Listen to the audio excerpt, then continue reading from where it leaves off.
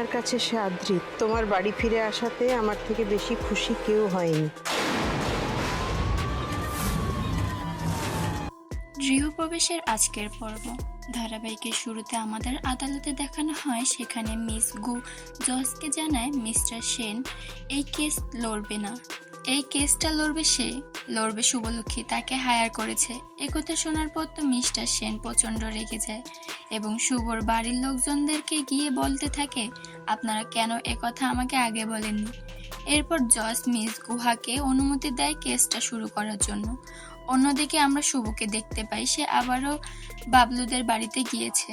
বাবলু দরজা খুলে দেওয়ার পর শুভ বাড়িতে ঢুকে পড়ে, কিন্তু বাবলু বারবার শুভকে বের হওয়ার কথা বলতে থাকে এবং পুলিশদের ভয় দেখাতে থাকে, কিন্তু শুভ কোনোভাবেই বের হতে চায় না এবং বলে, পুলিশ তুমি ডাকতে পারবে না, সেটা তুমি খুব ভালো করেই জানো। এই দরজার পেছনে কি আছে সেটা আমাকে জানতেই হবে, দরজার চাবি দাও। কিন্তু বাবলু কোনোভাবেই সেই দরজার চাবি দেয় না এবং বলে সেখানে কেউ নেই। এরপর শুভ বাধ্য হয়ে একটা রড দিয়ে বাবলুকে আঘাত করে এবং দরজাটা ভেঙে ফেলে।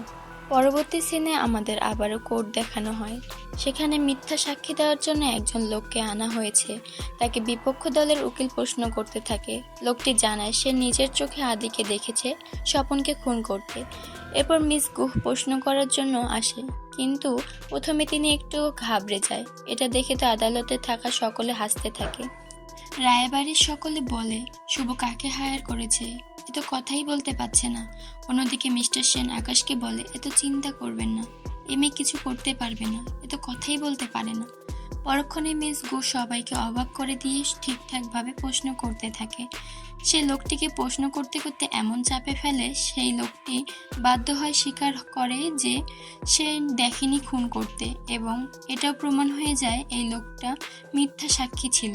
মিস গুয়ের এই সাহসিকতা দেখে তো প্রত্যেকেই অবাক হয়ে যায়। পরবর্তী সিনে বিপক্ষ দলের উকিল আদির মোবাইল ফোনের ভিডিও ফরেন্সিক রিপোর্টটা জজকে দেয় এবং এটাতে প্রমাণ হয় এই ভিডিওটা কোনো ফেক ভিডিও নয়।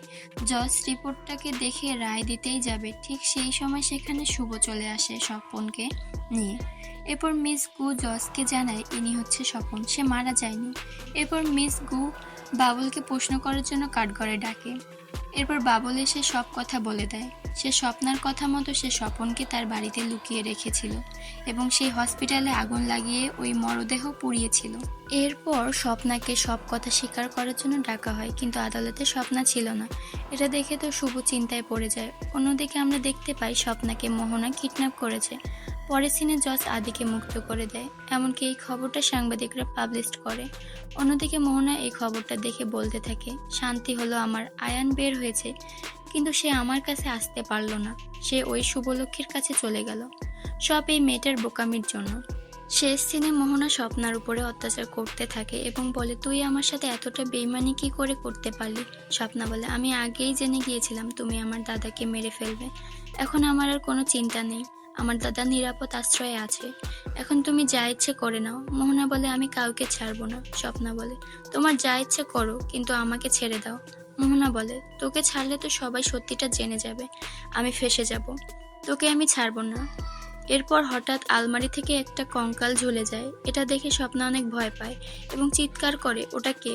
তখন মোহনা পাগলের মতো হাসতে থাকে।